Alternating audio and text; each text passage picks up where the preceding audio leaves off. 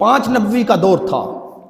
अभी मेरे नबी को ऐलान नबूवत किए हुए 5 साल गुजरे, हरम काबा के अंदर मौजूद हैं।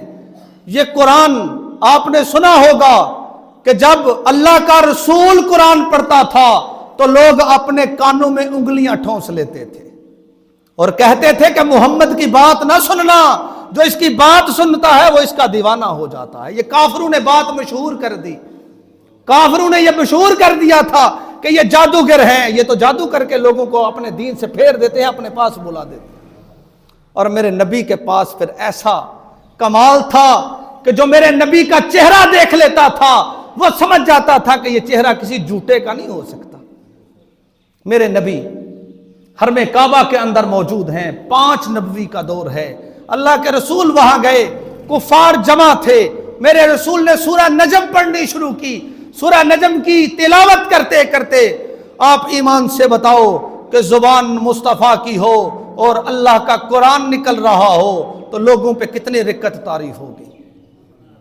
ये उस बस्ती में, उस हित्ते में कुरान पढ़ा जा रहा है जो लोग अरबी जानते थे। आज भी अगर हरम काबा के अंदर से आप तलावत सुने, जो नमाज तरावी पढ़ाई जा रही होती है, तो लोग बिलक बिलक के रो रहे होते हैं। उनके रोने की वजह क्या है कि उनको कुरान की समझ आ रही होती है कि हमारा रब हमें क्या कह रहा है।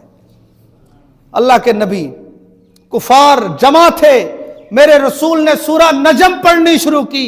अल्लाह के रसूल सूरह नजम की तिलावत कर रहे थे।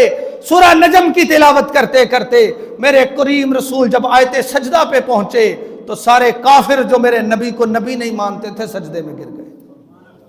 और सजदे में गिरने के बाद जब वो उठे तो एक दूसरे से सवाल कर रहे थे कि बताओ तुम्हें क्या हुआ है कि तुम सजदे में क्यों चले गए थे।